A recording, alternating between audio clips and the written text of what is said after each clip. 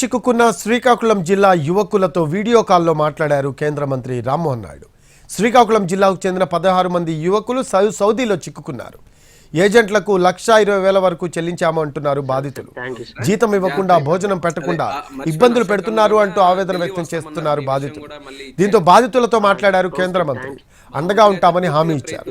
స్వదేశానికి రప్పించే ఏర్పాట్లు చేస్తామని భరోసా ఇచ్చారు రామ్మోహన్ నాయుడు. సార్, మన శ్రీకాకుళం వరకు, శ్రీకాకుళం, బీహార్, ఒడిశా మొత్తం కలిపి ఒక 24 మంది వరకు ఉన్నాం సార్ మేము ఇక్కడ. సార్, నేను వచ్చి ఎంతవరకు నేను ఒక్క శాలరీ కూడా కంపెనీ దగ్గర తీసుకోలేదు సార్. నాకు ఇవ్వలేదు సార్ కంపెనీ ఇప్పటి వరకు. ఈ 5 నెలల్లో అసలు శాలరీ రాలేదు మీకు? నాకైతే రాలేదు సార్. మాకన్నా ముందు వచ్చిన వాళ్ళకి 25 రోజులు, 40 రోజులు శాలరీలే ఇచ్చారు sir. Okay okay okay Vijay, అందరూ డీటెయిల్స్, పాస్పోర్ట్స్ అన్ని కూడా మళ్ళీ విడిగా తీసేసుకో. సో మళ్ళీ ఒకసారి మళ్ళీ మినిస్టర్ గారికి స్పెషల్ గా మళ్ళీ కలిసి వెళ్ళిపోయాం. ఓకే అమ్మా, సరే అయితే. సరే సార్, థ్యాంక్ యూ సార్. నేను మళ్ళీ మీకు రేపు అలా మాట్లాడతానండి ఏదో టైంలో. సరే సార్, సరే సార్. ఓకే అమ్మా, థ్యాంక్ యూ.